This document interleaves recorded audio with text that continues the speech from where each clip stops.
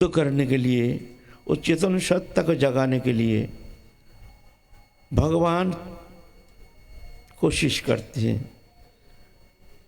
ये चेतन सत्ता जो है ये द्विविध प्रकार है। भगवान का जो चित सत्ता एक ही है, अलग नहीं है, भेद नहीं है। मम इवांश जीवलोके जीवभूत सनातन मन षष्ठानि इंद्रियाणि प्रकृति स्थानी कर्षति। मेरे अविनाशी अंश जीव चेतन सत्ता जीवभूत, जीव बन गया है। जीव और आत्मा अलग है।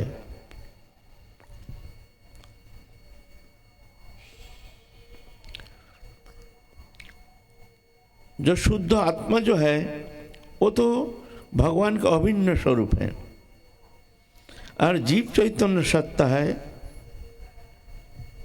ये तटस्थता जो है जीव चैतन्य सत्ता जीव बन गया है। जीव माने शरीरधारी।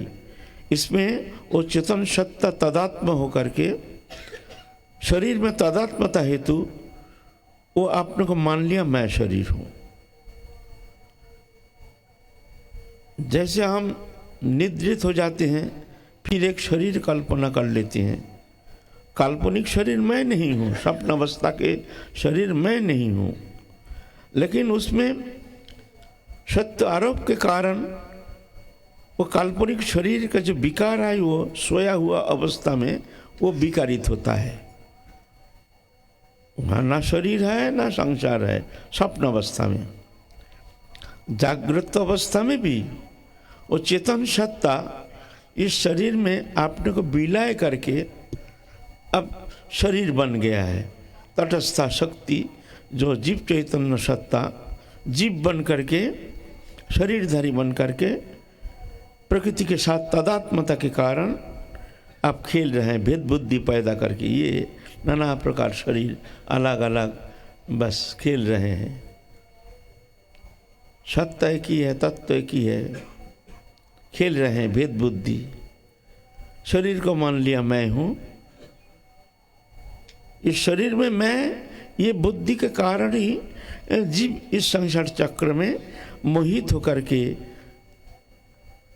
प्रकृति के साथ तदात्मता के कारण दुखी होकर के संसार चक्र में पुनः पुनः आवर्तन कर रहा है जीव चेतन सत्ता।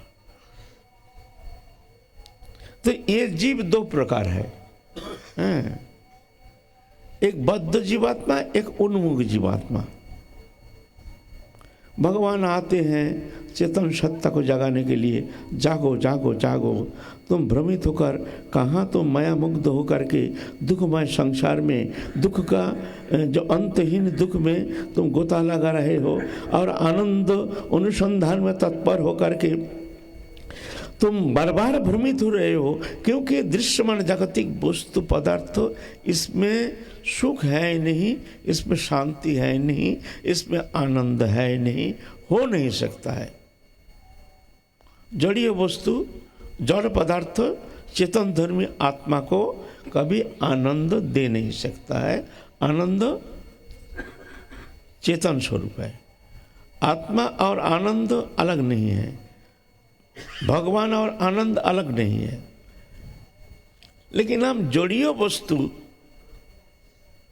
इसके अंदर हम आनंद अनुसंधान इसमें है। रुपया, पैसा, धन दौलत, घर मकान, दुकान, शरीर, इसमें आनंद है ही नहीं, हो ही नहीं सकता है। बस भ्रमित हो रहे हैं, मिलेगा नहीं, है नहीं। तो इस तरह से जीव चैतन्य सत्ता जब तक जा करके ये मोह निद्रा भंग नहीं होता है, तब तक जा करके ये संसार चक्र में पुनः पुनः आवर्तन का जो ये निवृत्ति होना संभव नहीं है।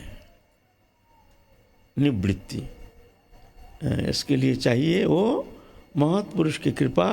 तो भगवान कभी स्वयं आते हैं और कभी अपने पार्षदों को भेजते हैं, इनकी चेतन सत्ता को जगाओ, सोया हुआ चेतन सत्ता को जगाओ। जब तक नहीं जगेगा, इसका मोह निद्रा जब तक दूरीभूत नहीं होता है, तब तक जा कर के वो आनंद के जो प्राप्ति के जो सही मार्ग है उसको मिलेगा नहीं।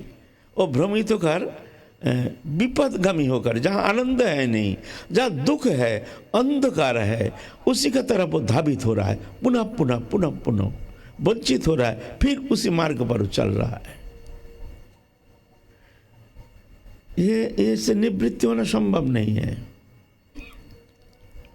तो ये चेतन सत्ता को जगाने के लिए, जैसे बच्चा सोया हुआ माँ की गोदी में स्वप्न देख रहा है, मैं खो गया, जंगल में खो गया, माँ माँ माँ माँ करके रो रहा है बच्चा, माँ के गोदी में सोया हुआ है, दिखते माँ दिखते बच्चा रो रहा है गोदी में, हे हे मुन्ना मुन्ना मुन्ना, जग गया, दिखते अरे मैं तो माँ की गोदी में ही हूँ, स्वप्न दिख रहा था, झूठा है। ऐसे ही हम भी भगवान के साथ ही हैं, उनकी गोदी में हैं, स्वप्न जगत में विचरण कर रहे हैं। और वो आनंद कहाँ गया, माँ कहाँ गया, माँ मन हमारे आत्मा, हमारे परमात्मा, हमारे ईश्वर, हमारे सबसे प्रियतम, हमारे सबसे निकटतम, वो खो गया। खोया नहीं है साथ ही है, वो खोया नहीं है, खोता नहीं, लेकिन स्वप्न, माँ के गोदी में सोया है बच्चा, लेकिन स्वप्न दिख रहा। हम जंगल में खो गए, माँ कहाँ गया, माँ, है ना। ऐसे ही हम स्वप्न दिख रहे हैं स्वप्न जगत में, इसलिए हम उनके साथ ही हैं, लेकिन हम अंधकार में ढूंढ रहे हैं, कहाँ है कहाँ है कहाँ है। तुमको ढूंढने निकली हैं प्यारे, तुमको लेके साथ, तुमको ढूंढने निकले हैं प्यारे, तुमको लेके साथ। तुम तो मिले नहीं, ढूंढते रह गए, किसको कहूं ये बात। ढूंढते ढूंढते हमने थक गया, ढूंढते ढूंढते अब हम थक गया। फिर निराश होकर तुमसे पूछते हैं ये प्यारे, तुम कब मिलोगे। फिर तुमसे ही पूछते हैं ये प्यारे, तुम कब मिलोगे, है ना। तुमको ढूंढने निकले हैं प्यारे, तुमको लेके साथ। ढूंढते ढूंढते हार गए, ये दुख कहूँ किसके साथ, हाँ? तो कहने का बात है, वो तो है हमारे साथ, ढूंढ रहे हैं। वो बाहर थोड़ी है, वो भीतर है, सब कुछ भीतर है, लेकिन बाहर ढूंढ रहे हैं। तीर्थ दूर दूरांतर कहाँ कहाँ भाग रहे हैं, वो है साथ है। तो जब तक ये निद्रा मोह निद्रा भंग नहीं होता है, तब तक जा करके उसका ये आनंद अनुसंधान से निवृत्ति होना संभव नहीं है, शांत होना संभव नहीं है, निश्चिंत होना संभव नहीं है, दुख से निवृत्त होना संभव नहीं है, हैं? ये संभव है ही नहीं। इसीलिए भगवान आते हैं जुग जुग में जगाने के लिए। जागो, जब तक नहीं जागेगा मिथ्या होने से भी दुख भोगना पड़ेगा। स्वप्न अवस्था में जो विकार है, स्वप्न में ना शरीर है, संसार है, लेकिन उसको भोगना पड़ेगा। कब तक? जब तक तुम सोया हुआ रहोगे, स्वप्न अवस्था में रहोगे। झूठा है, लेकिन तुमको भोगना पड़ेगा। स्वप्न अवस्था में दुख ही है। स्वप्न में देख रहे हैं हमारे प्रियजन मर गया है, हम रो रहे हैं। स्वप्न में देख रहे हैं हमको भूत पकड़ने आया, अरे बाप रे बाप, तो वो दुख तो तुमको मिल रहा है, लेकिन मिथ्या होने से भी तुमको भोगना पड़ेगा। कब तक? जब तक तुम्हारा निद्रा भंग नहीं होता है। इस संसार में भी जो अनादिकालम अनित्यम सुखं लोकमिमां प्राप्य वज्रस्माम, अनित्य सुख, लेकिन इसमें सुख है नहीं। सुखानुसंधान की तत्परता, इससे निवृत्ति तभी होती है जब जा करके वो चेतन सत्ता को, हमारी मोह निद्रा भंग होता है। तो मोह निद्रा भंग तभी होता है जब जाके कोई महत्पुरुष या भगवत कृपा तुमको चेतन सत्ता को जगा देते हैं। भ्रमिते भ्रमिते कोनो भगवान जीव, गुरु कृष्ण प्रसादे पाए भक्ति लता बीज। गुरु कृष्ण प्रसाद पाए, ऐसा नहीं मिलेगा। गुरु प्रसाद और महत प्रसाद, तो भगवान वो कृपा करके जग आते हैं जग में चेतन सत्ता को जगाने के लिए। जागो जागो जागो जागो। तो कोई तो जागता नहीं है, सोया हुआ रहता है, और जो जाग जाता है वो तो फिर चलना शुरू हो जाता है। तो ये दो प्रकार के जीव चैतन्य सत्ता है, एक है बहिर्मुख, एक है उन्मुख। बहिर्मुख है जो भगवान से कोई संबंध नहीं, भगवान को मानते नहीं, जानते नहीं, जानने का चेष्टा नहीं, इच्छा नहीं, कोई सुनने से भी, कोई कहने से भी सुनने के लिए तैयार नहीं, समझने के लिए तैयार नहीं। वो दृश्यमान जागतिक वस्तु पदार्थ इसी में ही सुख है, शांति है, जान करके वो इसी में ही मोहित होकर रहता है। इसको कहते हैं बहिर्मुख जीवात्मा। भगवान देखते हैं ये तो खेलना चाहते हैं, खेलना इसी में ही वो आनंद ले रहा, अच्छा खेलो। इसके लिए भगवान वहाँ तो भगवान वहाँ कुछ नहीं, भगवान निष्क्रिय होकर रहते हैं। तानी कर्माणि न निबद्धन्ति धनंजय उदासीनो वदासीनो अशक्तं तेषु कर्मसु।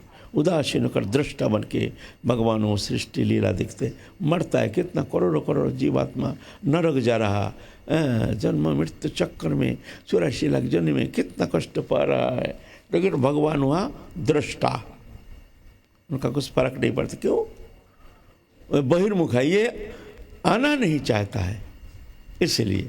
और जो उन्मुख जीवात्मा गुरु कृपा से, भगवत कृपा से, संत कृपा से उसको चेतन सत्य जागे ना, ये संसार अनित्य है, सुख शून्य है, एकमात्र भगवत चरण में ही पूर्ण आनंद है। जब तक हम नहीं पहुँचते तब तक जाकर के हमको ये आनंद अनुसंधान के जो चेष्टा, इससे निवृत्त होना कदापि संभव नहीं। जान करके भगवत चरण में समर्पित होकर के, गुरु पदाश्रय करके, संसार को अनित्य जान करके, समस्त कर्म चेष्टा भगवत चरण में समर्पित करके, प्रभु को कर्ता मान के, स्वयं अकर्ता बन के, प्रभु की प्रसन्नता संपादन के लिए समस्त कर्म करते हैं, तो जाकर के वो कर्म उसका मुक्ति का कारण हो जाता है। फिर धीरे धीरे वो संसार चक्र से मुक्त हो जाता है। फिर भगवान क्या कहते हैं? कौनते ओ प्रतिजानी न में भक्ता पुनश्यति। मेरे शरण में जो भक्त आया है, चाहे कितने भी दुराचारी, अभिचारी, व्यभिचारी, पापाचारी, कदाचारी हो ना क्यों, वो नष्ट होता नहीं है। हम उसको नष्ट होने नहीं देते हैं। तुम प्रतिज्ञा करके कह सकते हो मेरा शरणागत भक्त कभी नष्ट होता नहीं है। यह उन्मुख जीवात्मा। तो भगवान ये चेतन सत्य को जगाने के लिए आते हैं। ये भक्तों के लिए जो शरणागत हो गए हैं उनको रक्षा के लिए भगवान आते हैं जुग जुग में। यदा यदा हि धर्मस्य ग्लानिर्भवति भारत अद्भुत्यानां धर्मस्य तदात्मनां सृजाम्यहं परित्राणाय साधूनां विनाशाय च दुष्कृतम्। बहिर्मुख उन्मुख जीवात्मा भक्त हैं, इनको रक्षा के लिए आते हैं भगवान जुग जुग में, है ना।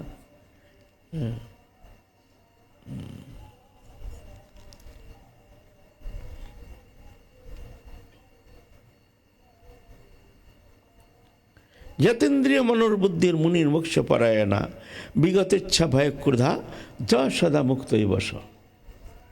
मुक्ति यही है, तुम्हारे भीतर ही है, मुक्ति कोई बाहर नहीं है।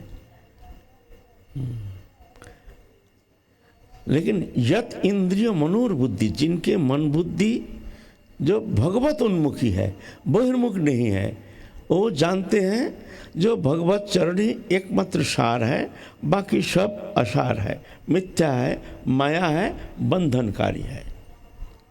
मन बुद्धि मुनि मननशील, हर समय भगवत चिंतन में एक तल्लीनता, तन्मयता, इसको कहते हैं मुनि। मुनि माने मननशील, हर समय भगवत चिंतन में तल्लीनता, उठते बैठते खाते सोते जहाँ तहाँ जैसे तैसे बस मन को रखते हैं प्रभु के चरण में। जाना है जाना है जाना है, मुख में नाम करते हैं और इंद्रिय के द्वारा काम करते हैं। बस ऐसे जो है, ऐसे मुनि जो है ये बंधन से मुक्त रहता है। मोक्ष परायणा, भगवत भक्ति प्राप्ति ही जीवन का एकमात्र उद्देश्य लेकर के भगवत प्राप्ति, भगवत प्रेम प्राप्ति को उद्देश्य करके जो साधन भजन करते हैं यह है मोक्ष परायण। मोक्ष शब्द में पद्म पुराण में प्रेम भक्ति को ही मोक्ष कहा गया है। मोक्ष माने यहाँ ब्रह्मानंद नहीं, ब्रह्म ज्ञान नहीं, निर्विशेष ब्रह्म उपासना नहीं। यहाँ मोक्ष शब्द में पद्म पुराण में भक्ति को उल्लेख किया है। विगत इच्छा, कोई इच्छा ही नहीं। इच्छा माने जागतिक इच्छा, एक है तो परलौकिक इच्छा, इसी जन्म में हमको भगवत प्राप्ति होनी चाहिए, राधा के चरण प्राप्ति होनी चाहिए, मरने का बाद हमको वो स्वरूप प्राप्ति होनी चाहिए, फिर हम जुगल किशोर की सेवा में जा कर के नित्य काल के लिए उनकी सेवा में हम उन सेवानंद में निमग्न रहेंगे। ऐसे भगवत प्राप्ति की जो इच्छा, ये कामना नहीं, इसको इच्छा कहा नहीं जाएगा, ये जड़ीय इच्छा नहीं, ये चीद इच्छा। ये चीद इच्छा ये तो रहना नहीं चाहिए। और जड़ीय इच्छा, देवदैहिक वस्तु पदार्थ, इसके प्रति जो आनंद सुख है, इस सुख प्राप्ति की इच्छा, यह जड़ीय इच्छा। जड़ीय इच्छा बंधन के कारण, चीद इच्छा मुक्ति के कारण। चीद इच्छा माने भगवत प्राप्ति, वो प्रेम प्राप्ति, वो लीला में प्रवेश, भगवत सेवा प्राप्ति, यह चीद इच्छा। इच्छा समाप्ति नहीं, चीद इच्छा को बढ़ाना चाहिए।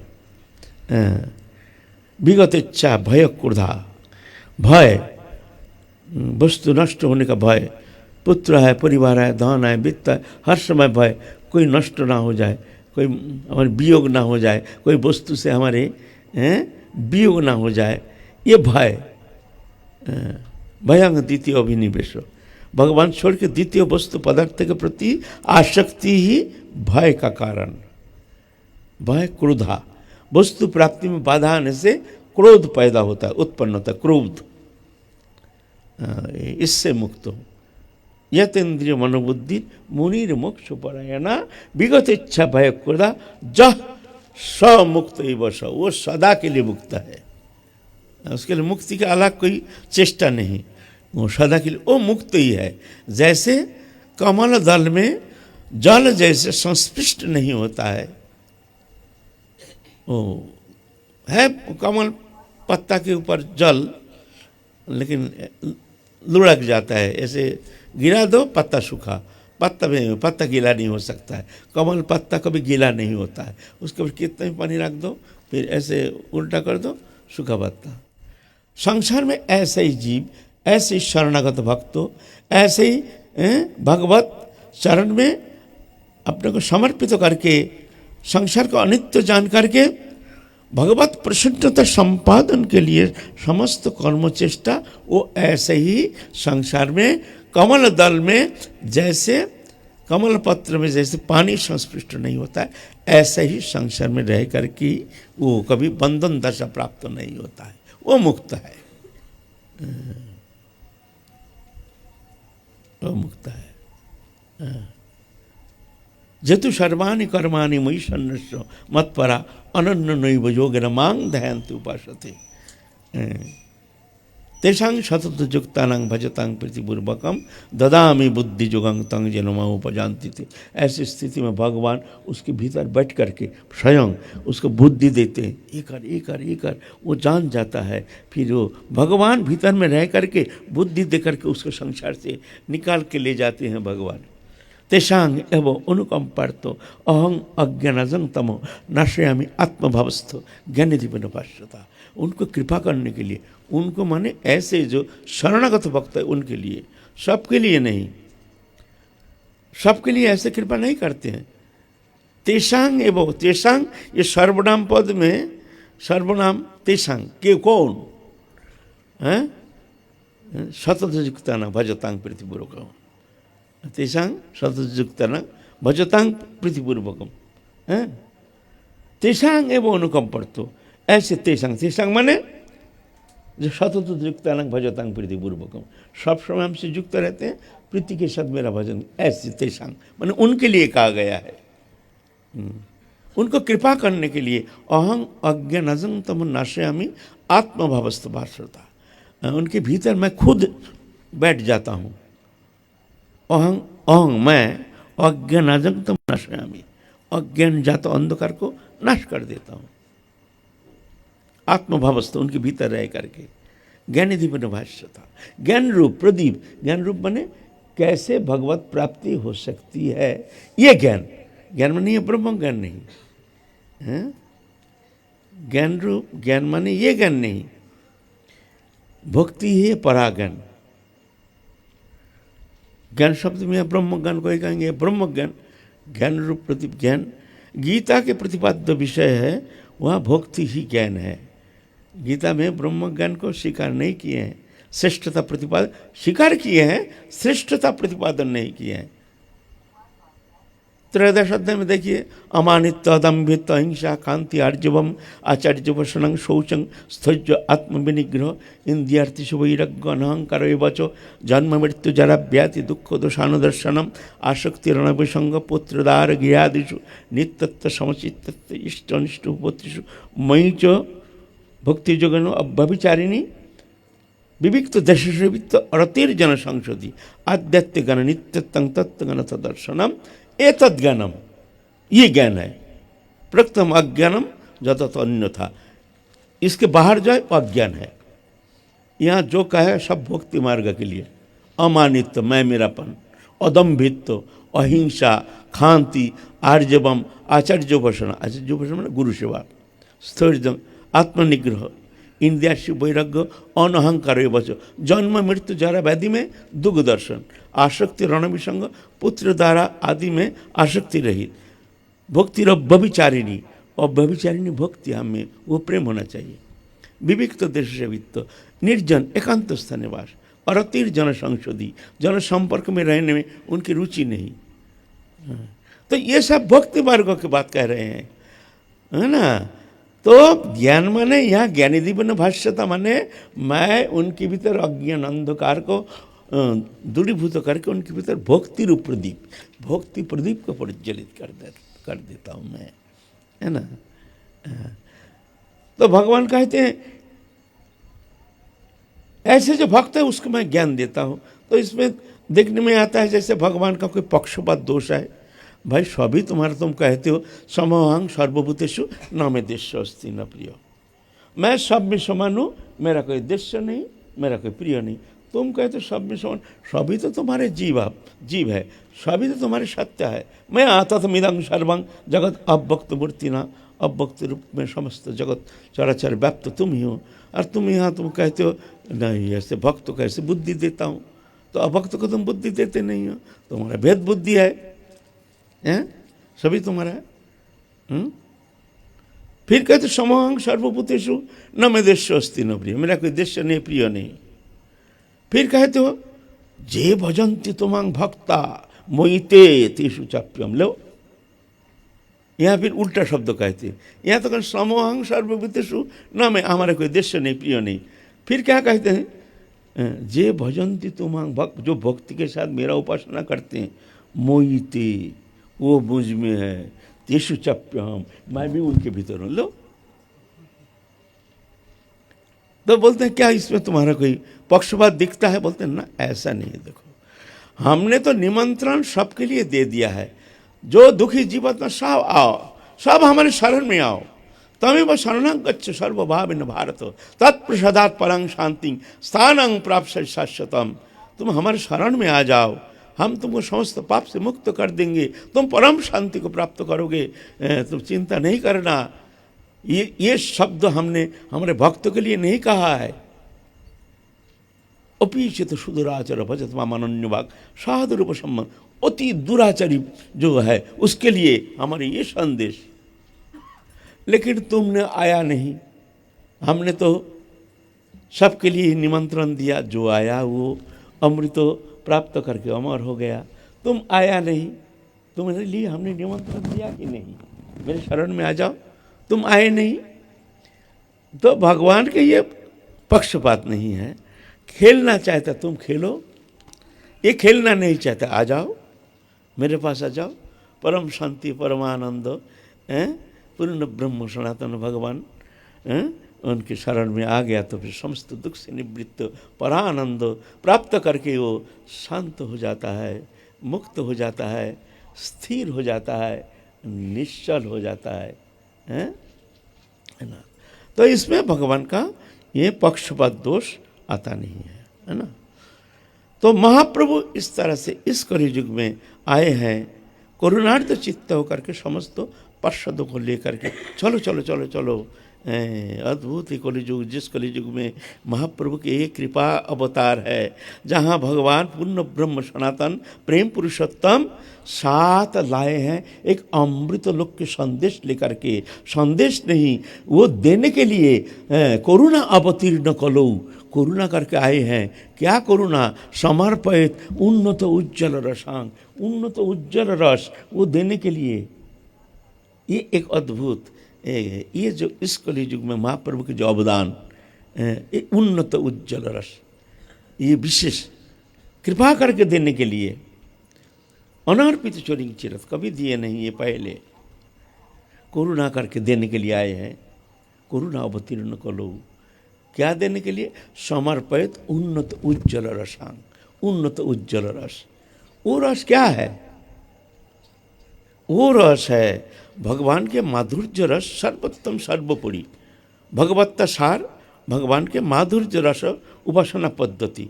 भगवान के हम लोग आलोचना किए हैं। भगवत्ता के त्रिविध प्रकाश, एक ज्ञानमय प्रकाश, एक ऐश्वर्यमय प्रकाश, एक माधुर्यमय प्रकाश, तीनों प्रकाश मिला करके भगवत्ता। एक प्रकाश को छोड़ने से भगवत्ता पूर्णता नहीं। भगवान सब है, कर्तुम अकर्तुम अन्यथा कर्तुम। तो तीनों प्रकाश, ज्ञानमय प्रकाश, ऐश्वर्यमय प्रकाश, माधुर्यमय प्रकाश, तीनों प्रकाश मिला करके पूर्ण भगवत्ता। उसके अंदर माधुर्य भगवत्ता सार ब्रज कोई लेन परचार। ये माधुर्य जो है भगवत्ता के सार है, चरम निर्जास। इसीलिए इसको कहते हैं पंचम पुरुषार्थ। चतुर्वर्ग है, धर्म अर्थ काम मोक्ष, ये पंचम पुरुषार्थ। और पंचम पुरुषार्थ का सार भी है, वो है राधा कृष्ण जुगल निवृत्त निकुंज में जो रस माधुर्य उपासना, जहाँ जुगल किशोर निवृत्त निकुंज में विलसित अवस्था में जो रस निर्जास, उस रस निर्जास की जो चरम सीमा, वो वस्तु, वो प्रेम जो है, वो है ये मंजरी भाव उपासना पद्धति, भावोल्लासरति। इसको कहते हैं भावोल्लासरति। भावोल्लासरति माने राधा रानी के भाव से उल्लसित रति, भावोल्लासरति। राधा रानी सुखी तो सुखी, राधा रानी दुखी तो दुखी। ये मंजरी की अखिल चेष्टा, राधा रानी के सुख संपादन, राधा रानी के प्रीति संपादन, अखिल चेष्टा। हमारे प्राणेश्वरी कैसे प्रसन्न होंगे? अपनी सुखेच्छा, अपने सुख के लिए किंचित मात्र चेष्टा नहीं है, अखिल चेष्टा, अखिल इच्छा हमारे प्राणेश्वरी की सुख संपादन करना, सुखी करना है। ये उपासना पद्धति राधा स्नेहाधिका, राधा स्नेहाधिका ये मंजरी जो है, ये उपासना पद्धति, ये महाप्रभु के अवदान। ये जो उपासना पद्धति, ये विशेष करके ये गिफ्ट, ये फ्री गिफ्ट लाए हैं गोलोक धाम से। महाप्रभु लाए हैं गोलोक धाम से ये चरम प्रेम रस के चरम निर्जास, उपासना पद्धति के चरम निर्जास, परमानंद के जो अंतिम सोपान भावोल्लासरति, इसको लाए हैं फ्री गिफ्ट देने के लिए। चलो कलियुग जीव को ये वस्तु प्रदान करो। अकेला कहाँ कहाँ प्रदान करेंगे? चलो सब पार्षदों को लेके आए हैं, जहाँ तहाँ जैसे तैसे कैसे भी दान करो, सबको दान करो। इसलिए इस कलियुग धन्य है। इस कलियुग में जो वस्तु महाप्रभु ने कृपा करके हमको प्रदान किए हैं, ये धन्य कलियुग है।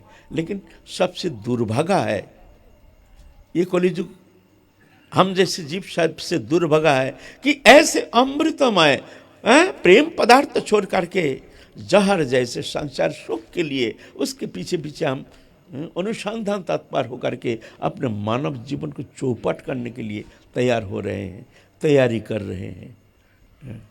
ऐसे वस्तु सामने रहती हुए सरल उपासना, सिर्फ हरिनाम, सिर्फ हरिनाम, सिर्फ हरिनाम, कुछ नहीं, उठीते बसीते खाईते शुईते जहाँ तहाँ नाम लय, देश काल नियम नहीं सर्वसिद्धि है। एकदम सरल और सरल सहज करके कह दिया।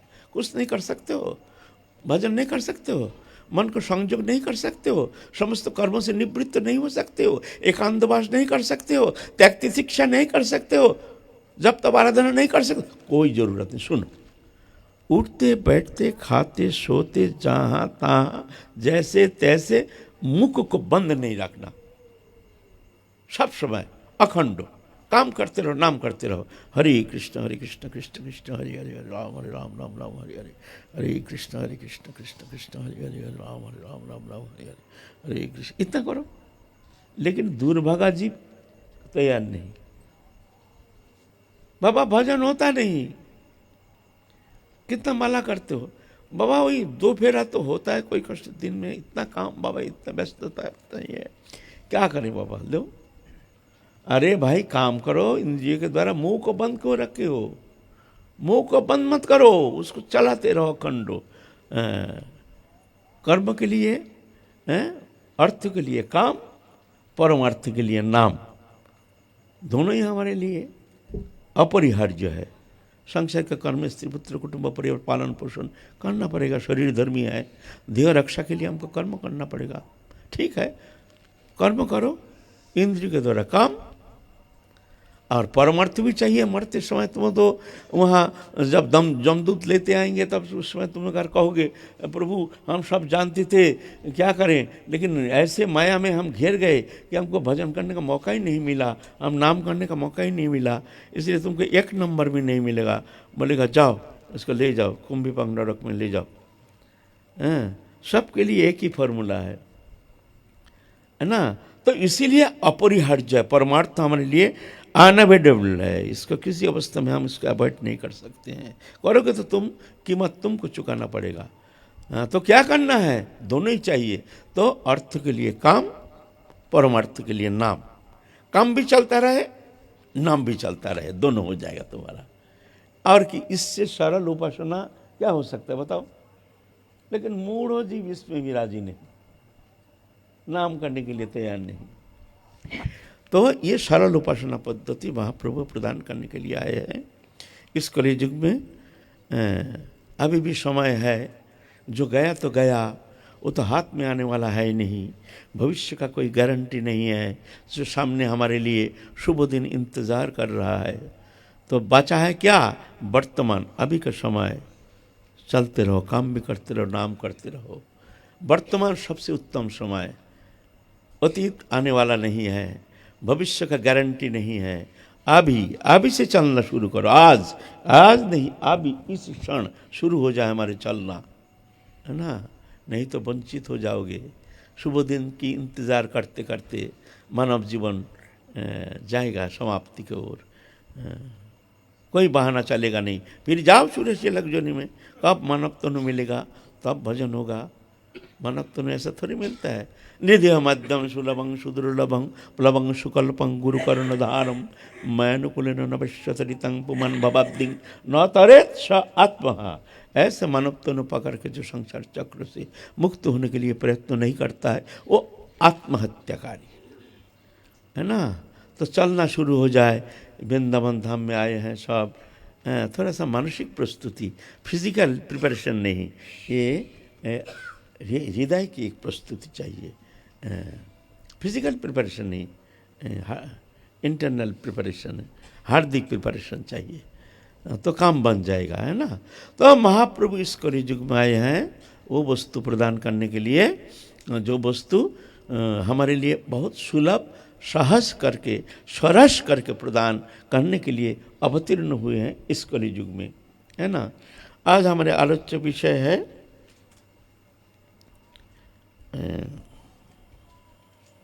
नाम ही तो भूल जाते हैं।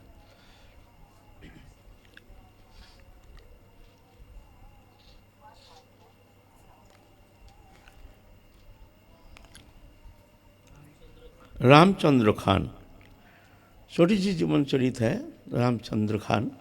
उनके जीवन चरित संबंध बहुत सारे है ना, पार्षद हैं। महाप्रभु तो राम के लिए गए हैं, राम के लिए गए। उस समय मुगल साम्राज्य हैं, खंड राजा बंगाल की, उधर बंगाल बिहार उड़ीसा आदि वहाँ खंड राज्य था। खंड राज्य में वहाँ बंगाल के उधर के जो शासक थे मुसलमान, हुसैन शाह, उतना प्रेम नहीं, उतना विद्वेष भी नहीं था, लेकिन उतना प्रेम भी नहीं था। मुसलमान है, कोई गारंटी नहीं कब बुद्धि बिगाड़ जाए, इसलिए कोई गारंटी नहीं। रूप सनातन उनका ही, सनातन गोस्वामी थे, उनके प्रधानमंत्री रूप गोस्वामी थे जागीरदार हुसैन शाह के। ऐसे तो महाप्रभु जब रामकली में ग्राम में गए हैं, वहाँ लाखों लाखों लोग आए हैं महाप्रभु का दर्शन करने के लिए। फिर सब जब वहाँ से लौट रहे हैं, लाखों लाखों लोग, उनके जो ऐसे रूप माधुरिमा, उनके अनिंद सुंदर भुवन मंगल, इतने भुवन सुंदर, न जाने विधाता ने क्या अपने सृजनी शक्ति के द्वारा इतना सुंदर एक तनु निर्माण किए हैं, जो एक बार दर्शन करते हैं वही विमुग्ध हो जाते हैं, मोहित हो जाते हैं, पीछे पीछे अनुगमन करते हैं, क्या मिला क्या नहीं मिला ये अनुसंधान नहीं, एक मंत्र मुग्ध होकर के पीछे पीछे चल पड़ते हैं। है तो प्रेम पुरुषोत्तम, उस शक्ति तो भगवान में है ही। ये खबर पहुंच गया है हुसैन शाह के पास। हुसैन शाह के पास बड़े लाख सब आके कहते हैं, जनाब मुसलमान जो है वो लोग तो कभी देखे नहीं ऐसे, जो ऐसे कोई हिंदू कोई फकीर के साथ ऐसे लाखों लोग चलते हैं, कभी देखे नहीं। जनाब ऐसे ऐसे एक हिंदू फकीर है, उनके पीछे पीछे लाखों लाखों लोग चलते हैं पागल जैसे। तो केशव क्षत्रिय था, उनका ही एक उच्च पदस्थ कर्मचारी। केशव क्षत्रिय को बुला के कहते हैं, केशव जी अब खबर लो, ये कौन है, कौन ये मंत्रमुग्धकारी कौन है ऐसे, जो लाखों लोग जिनके पीछे चलते हैं, अब देखो खबर लो। तो केशव क्षत्रिय खबर लेने के लिए गए हैं। जा करके वो महाप्रभु को देख करके वो भी, उनका भी भीतर का सब समस्त मायामल मुक्त हो गया है, समस्त ग्रंथि मुक्त हो गया है। परम आनंद, दिव्य आनंद की छटा पा करके वो अपने को कृतकृत्य मान रहे हैं, धन्य मान रहे हैं। मैं धन्य हो गया, हमने हुसैन शाह हमको भेजा है, बहुत कृपा किया है, जो ऐसे बहुत पुरुष, ऐसे एक आनंद सुंदर, एक भुवन मंगल ऐसे स्वरूप दर्शन करने का हमको मौका मिला है, जिनको दर्शन मात्र ही हमारे हृदय ग्रंथि जैसे खुल गया है, हमारे भीतर समस्त कामना वासना जैसे निर्मुक्त हो गए हैं, हम पवित्र हो गए हैं। देख करके तो प्रणाम करके फिर वहाँ से चल पड़े। आप सोच रहे हैं भाई हुसैन शाह है मुसलमान, ना जाने क्या करेंगे, देखेंगे लाखों लाखों लोग ये चलते हैं हिंदू फकीर के पीछे, ना जाने मन में क्या आ जाए कि उल्टा पल्टा कुछ जेल में ही भर देना, क्या कर दें। आए हैं जब हुसैन शाह कहते हैं कैसे क्या देखा केशव जी, तो कि वो देखते हैं भाई थोड़ा सा बहाना बनाना पड़ेगा, थोड़ा सा उल्टा पल्टा करके बोलना पड़ेगा। बोले ना ऐसे बात नहीं है, ये कोई ऐसे कोई बड़े फकीर पकड़े है नहीं, ये तो साधारण है, 2-4 जन लोग पीछे पीछे डोलते हैं, आप जो सोचे ऐसे नहीं है, ये अति साधारण है, ऐसे कोई बड़ी बात नहीं है। हुसैन शाह कहते क्या कहते हो तुम, तुम्हारी बुद्धि खराब हो गया, जिनके पीछे से लाखों लाखों लोग चलते हैं, तुम कुछ नहीं है, साधारण है, ऐसा ही है, तुमने कह दिया। लाखों लाखों लोग ऐसे थोड़ी पीड़ते हैं, मेरे ख्याल से तो वो तो है कोई बड़े फकीर हैं, हिंदू फकीर हैं, ठीक है, उनको उनके लिए कोई तकलीफ नहीं होनी चाहिए, जैसे उनको चलने दो। अब तो देखते तो अच्छा है, अभी तो इनका बात जो ठीक तो अच्छा तो लग, ना जाने कब बदल जाए। फिर जा कर के उनको महाप्रभु के पास जाकर कहें आप लोग जल्दी यहाँ से चले जाइए, मुसलमान राज है, हुसैन शाह ना जाने कब क्या बुद्धि पलट जाए। तो महाप्रभु भी वहाँ से तो चल दिए। इस तरह से फिर महाप्रभु आ करके संन्यास लेकर, आप महाप्रभु तो जाएंगे उड़ीसा जाएंगे, जगन्नाथपुरी। वहाँ साथ है मुकुंदो और कई कई विशेष भक्तों लेकर के महाप्रभु चल रहे हैं, जगन्नाथपुरी जाएंगे। आए हैं ये छत्रभोग एक जगह है मेदिनीपुर जगह में, वहाँ छत्रभोग नामक एक स्थान है। घूमते घूमते आए हैं। उस समय क्या है, एक राजा से दूसरे राजा का लड़ाई लगा ही रहता था। हाँ, हर समय सब तटस्थ, सब भयभीत। उस समय जो राजा थे ना, इतना दुखी थे कोई ठिकाना नहीं। और छोटे छोटे जो राजा थे ना, वो इतना दुखी, हर समय ना जाने कब आके अभी आक्रमण कर लेगा, ना जाने कब हमारा राजपाट छीन जाए, हम रास्ते में ना जाने क्या हमारे क्या दशा होगी। चैन से खाना नहीं मिलता था वो राजा, राज सुख ऐसे। और बड़ा जो राजा है, छोटा राजा के हर समय कोशिश उसका राज को हम छीन लेंगे, हम भी बड़ा राजा बन जाएंगे, ऐसा लड़ाई चलता ही था आपस में। ऐसे ही इधर है हुसैन शाह, उधर है राजा प्रताप रुद्र, उड़ीसा के राजा हैं। प्रताप रुद्र के भी बहुत नाम है उस समय। अब आपस में घोर लड़ाई। उधर उड़ीसा में क्या किए हैं, जो जहाँ से सब जाते हैं ना, नदी पार करते हैं, वहाँ कांटा बिछा के रखा है मिट्टी के नीचे। कोई अगर चुपचाप कहीं नदी तैर के आ गया तो उसको हालत ख़राब हो जाएगा, चलना मुश्किल हो जाएगा, ऐसा ऐसा रखते थे। कोई गोविंदा आकर के कोई भीतर घुस ना जाए, भाई भीतर हर समय इस तरह से, हर समय पहरा देते हैं। तो ये जो रामचंद्र खान, ये तो राजा का विशेष विश्वस्त, हुसैन शाह का विश्वस्त अधिकारी थे। उनको उस समय बंगाल का वो जो एरिया है छत्रभोग, वो सब पूरा एरिया का शासन भार इनके ऊपर न्यस्त किए हैं। रामचंद्र खान उनके ऊपर बहुत विश्वास रखते हैं। और रामचंद्र खान भी बहुत ऐसे तो सज्जन था, अच्छा था, लेकिन उतना नहीं। बहुत पैसा वाला धनाढ्य और हुसैन शाह के बड़े प्रिय पात्र होने का कारण घमंड भी बहुत था। तो चलते चलते सुने हैं ऐसा कोई जा रहे हैं, कोई महत पुरुष, तो कहार है ना, पालकी, बंगला में पालकी कहते हैं, कहार में करके आए हैं छत्रभोग में। छत्रभोग में आकर के कहार से उतर करके महाप्रभु को देख करके लज्जित हो गए हैं। जो हम पालकी में आना उचित नहीं था, क्योंकि महत्पुरुष जब जहाँ विराजमान है वहाँ कोई वाहन में चलना ये उनके लिए अपमान है। कोई महत्पुरुष जा रहे हैं, आप कोई गाड़ी में जा रहे हैं तो उतर के वहाँ से जाना चाहिए, ऐसा है उनका सम्मान प्रदर्शन करना। तो जा कर के छत्रभोग में महाप्रभु को देखते ही एकदम उनके भीतर ऐसे परिवर्तन आ गया, ऐसे परिवर्तन आ गया। ये महाप्रभु भी ऐसे हैं, ऐसे शक्ति संचार किए हैं।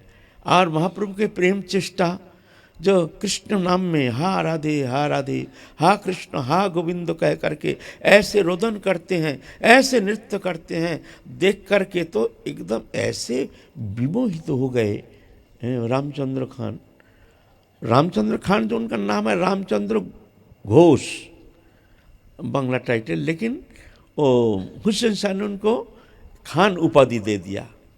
खान तो रामचंद्र खान हो गया, लेकिन खान नहीं, वो रामचंद्र घोष। तो रामचंद्र खान बहुत विमुग्ध हो गए देख करके, ऐसे मनुष्य शरीर इतने सुंदर, इतने दिव्य, और उनके भाव चेष्टा इतने दिव्याति दिव्य, ऐसे प्रेम चेष्टा हमने तो कदापि देखे नहीं है। जब भगवान के नाम से ऐसे रोदन करते हैं, अश्रुधारा से वक्षस्थल को अभिषिक्त कराते हैं, क्या उनकी दिव्य चेष्टा देख करके एकदम विमोहित हो गए। और महाप्रभु भी जब स्वाभाविक अवस्था में आए, देखते हैं एक राज कर्मचारी देख करके उनके तरफ दृष्टि निक्षेप किए। महाप्रभु की दृष्टि से उनके भीतर जो है पूरा अज्ञानता, मलिनता, संसार बंधन तभी मुक्त हो गया। होगा नहीं, भगवान है ना। भगवान के ऐसे दृष्टि मात्र से ही, ये कोई बड़ी बात है नहीं। संसार बंधन जो हमारे भीतर वासना, संसार बंधन क्या है? स्त्री पुत्र परिवार संसार नहीं है, धन जन वित्त वैभव संसार नहीं है, वासना ही संसार है, भोग वासना। भगवान स्वर के दृश्यमान जागतिक वस्तु पदार्थ इसके प्रति आकर्षित होकर के इसी में ही हमारे आनंद है जान करके, ये जो भोग वासना ये बंधन का कारण है। तो वासना ही बंधन का कारण, और ये वासना ही मुक्त हो गया, हृदय एक स्वच्छ निर्मल हो गया। अब वो रामचंद्र खान भी रो रहे हैं उनके भाव चेष्टा देख करके। प्रभु हमारे लायक कोई सेवा हो तो बताइए। तो कहते हैं, महाप्रभु कहते हैं अब हम उस पार जाना है, हमको जाना है जगन्नाथ, लेकिन उस पार कैसे जाएंगे? उधर तो बहुत निषेध है, जाना संभव नहीं है। और उधर इधर जो राजा है हुसैन शाह से, राजा प्रताप रुद्र का कोई कॉम्प्रोमाइज़ भी होना संभव नहीं है। वहाँ जाने से तो अरेस्ट कर लेंगे, पकड़ लेंगे, ना जाने क्या दुर्दशा करेंगे, कोई ठिकाना नहीं, जेल में बंदी कर देंगे। तो क्या करें? तुम व्यवस्था कर सकते हो? बोलते प्रभु हमारी जान हाजिर है, आपके लिए हम जान देने के लिए तैयार हैं, हम कोशिश करेंगे, अवश्य करेंगे। तो उस दिन बाहर है एक ब्राह्मण का घर, ब्राह्मण आकर के महाप्रभु के इसे सुंदर दिव्य भाव देख करके निमंत्रण किए हैं, प्रभु आज हमारे यहाँ प्रसाद पाइए। और तो क्या करें, प्रसाद तो पाना ही है, भूखे तो रहना है नहीं। और साथ में और सब भक्त हैं, वो ब्राह्मण भी बड़े आदर के साथ महाप्रभु के लिए सब भोग पदार्थ, तो बड़े सुंदर दिव्य पदार्थ आज भोग लगाए हैं। फिर महाप्रभु प्रसाद पा करके वहाँ विश्राम किए हैं। तृतीय प्रहर में उधर सेटिंग किए हैं, उधर के जो ये है ना, उधर के जो शासक है, खंड शासक जो है ना, जैसे इधर है रामचंद्र खान, उधर भी तो कोई है ना, ये आपस में थोड़ा सा मिलजुल रहता है। मिलजुल रहता है क्या, माने चुपी चुपी हमारा आदमी जब हम भेजेंगे तो वो मना नहीं करेगा, और उधर से वो जब भेजेंगे वो हमसे कॉन्ट्रैक्ट करेगा तो हम भी इसको मना नहीं करेंगे। तो आपस में थोड़ा सा भीतर भीतर कॉन्ट्रैक्ट रहता है ना। तो रामचंद्र खान उनसे भीतर भीतर अपने ये भेज करके, कर्मचारी भेज करके उनसे, वहाँ के जो शासक हैं जो वहाँ के देखभाल करते हैं, उनसे बातचीत बना लिए हैं। जो ऐसी एक साधु है, संत है, जाएंगे, कोई रकम उपद्रव नहीं होना चाहिए, उनको कोई कष्ट नहीं होना चाहिए। तो ठीक है, आपस में ये तो ये चुपी चुपी, ये सब किसी को चुपचाप ये सब होता है, ये सब ढोल पिटा के नहीं। जो कॉम्प्रोमाइज़ हो गया, अब चलो। रात के 3 बजे अंधकार में नाव तैयार है। रामचंद्र खान कहते हैं प्रभु आप ये नाव में बैठिए, आप चलिए। मुकुंद था बड़े गायक कलाकार, और महाप्रभु जहाँ जाते हैं तो संगीत कीर्तन मंडली लेके चलते हैं, हर समय कीर्तन, हरे नाम संकीर्तन श्रवण करते हैं। और सब भक्त मंडली, कीर्तन मंडली नाव में बैठे हैं, महाप्रभु बैठे हैं। आप कीर्तन करना शुरू किए हैं, जोर जोर से कीर्तन करना। अब माझी मल्हार जो है ना, ये लोग तो बड़ा भयभीत हैं। नीचे पानी में है मगरमच्छ, किनारे में है शेर, और पानी में है डकैत। उस समय डकैती बहुत होता था, बट डकैत घूमते थे पानी में। कोई ऐसा अंधकार में कोई अगर यात्रीवाही कोई नाव मिल जाता है तो लूट लेते थे। ऐसे राज शासन था ना, अभी कैसे ऐसे तो नहीं था। इस तरह से भय, चारों ओर भय। तो माझी मल्हार कहते आप लोग सब चुप रहिए, चुप चुप, यहाँ एकदम आवाज़ नहीं कीजिए, ये झमेला हो जाएगा, ये बड़ा आफत आ जाएगा। मैं कह रहा हूँ आप लोग ऐसा करेंगे तो हमको चलना मुश्किल हो जाएगा। माझी मल और कीर्तन और तो सुनते ही नहीं, वो तो हरे कृष्ण हरे कृष्ण। और ये कीर्तन में इतना आनंदित होकर इतने में कीर्तन कर रहे हैं, महाप्रभु भी कीर्तन में शामिल हो रहे हैं। अब रामचंद्र खान अब क्या कहें बेचारा, अब तो कह भी नहीं सकते, सह भी नहीं सकते हैं, जो क्या पागल का पल्ला में पड़ गए हैं। अभी न जाने क्या विपत्ति है उधर की, अगर राजा का खबर चला जाएगा राजा के पास, जो ऐसे नाव लेके आ रहे हैं सब, तो हमारा इधर हुसैन शाह सुनने से तो हमारा नौकरी जाएगा, ना जाने क्या सजा देंगे। ये तो अभी तो हो ना, अभी तो है। हुसैन शाह जो नवाब हैं उनका निषेध है, उधर के किसी को आने नहीं देना, इधर से किसी को जाने नहीं देना। नदी बड़ा नदी है ना, बड़ी नदी है, पार करना संभव नहीं है। तो महाप्रभु कहते हैं चिंता नहीं करो, देखो उधर सुदर्शन हमको रक्षा के लिए सुदर्शन खड़े हैं, चिंता मत करो, तुम लोग कीर्तन करो। रामचंद्र खान तो हे भगवान, हे प्रभु बचा लो बचा लो, एक ऐसे साधु के पल्ले में पड़ गए हैं, ना जाने अभी क्या दशा होगी। खूब जम के कीर्तन करना शुरू किए हैं रात के 3 बजे। तो इस तरह से चलते चलते चलते चलते इस पार आ गए हैं। इस पर आ करके फिर रामचंद्र खान महाप्रभु को दंडवत किए, महाप्रभु खूब आशीर्वाद किए। रामचंद्र खान प्रार्थना किए, प्रभु जब कृपा किए हैं ऐसे कृपा करो जे हम जब संसार में लौट के जाएंगे, दृश्यमान जागतिक वस्तु पदार्थों कोई भी वस्तु जैसे हमारे चित्त को किंचित समय के लिए आकर्षित कर न सके, हमको अच्छा ना लगे, बस तुम्हारे चरण कमल में हमारे अनन्या भक्ति अनन्या प्रेम ये हर समय के लिए अखंड रहे। प्रभु बस यही कृपा हम पर कीजिए प्रभु। ऐसा करके फुट फुट के रो रहे हैं। प्रभु आपकी कृपा ना जाने कैसे प्रभु के ऐसे कृपा हो गई है, जो आपके चरण सान्निध्य में आने का हमको ऐसे मौका मिल गया है। जब आप मिल गए हैं प्रभु, बस अब ये दास को आप प्रत्याख्यान मत कीजिए, छोड़िए नहीं, हमको आप स्वीकार कर लीजिए। इस तरह से महाप्रभु भी उनके मस्तक में हस्त प्रसारण करके खूब आशीर्वाद किए, जाओ तुम संसार में रह करके भी तुम मुक्त ही रहोगे, जाओ जाओ, तुम्हारे लिए कोई संसार बंधन कारण नहीं है। ऐसा कहकर उधर जब चले गए हैं, उधर भी उनके लिए समस्त व्यवस्था किए हैं। फिर आगे चल के तो है ही, अब आगे चल के तो फिर उनको तो रास्ता बंद कर दिए हैं, पैसा दे जाओ। बीच बीच में ना ये रहते रास्ता, अभी जैसे टैक्स लेते हैं ना, गाड़ी का टैक्स, कहीं जाओ तो वहाँ टैक्स देना पड़ता है, ऐसे ही उस समय था। बड़े रास्ता पक्का रास्ता ना, तो बंद कर देते थे। कोई यात्री इधर से उधर जाएंगे तो टैक्स देना पड़ेगा, दिन सवेरा हो गया टैक्स दो। तो महाप्रभु तो आगे आगे चले हैं, सब कहते हैं ये प्रभु हमारे मालिक हैं, किसी के पास पैसा कौड़ी है नहीं। तो महाप्रभु के पास गए हैं, बाबा पैसा टैक्स दो। बोलते टैक्स फैक्स तो हमारा है नहीं, जाने दो तो दो। तो महाप्रभु को देख करके तो वो एकदम मोहित हो गए, वो जो वहाँ के जो कर्मचारी हैं। अच्छा प्रभु आप जाओ, आप जाओ, उन लोगों को हम जाने नहीं देंगे, आप जाओ, आपके लिए पैसा नहीं चाहिए, आप जाओ। तब उन लोग आपके साथ हैं? बोलते ना हम किसी के साथ है, ना हमारा कोई साथ है। ले भैया, महाप्रभु कहते ना हम किसी के साथ हैं, ना कोई हमारा साथ है, हम तो दुनिया का मेला, मैं हूँ अकेला, ऐसा बोल करके चल दिया। अब वो लोग सब यात्री जितना है सब तो आए हैं, आ करके उनको जाने नहीं देंगे। तो रोना पीटना शुरू किए हैं।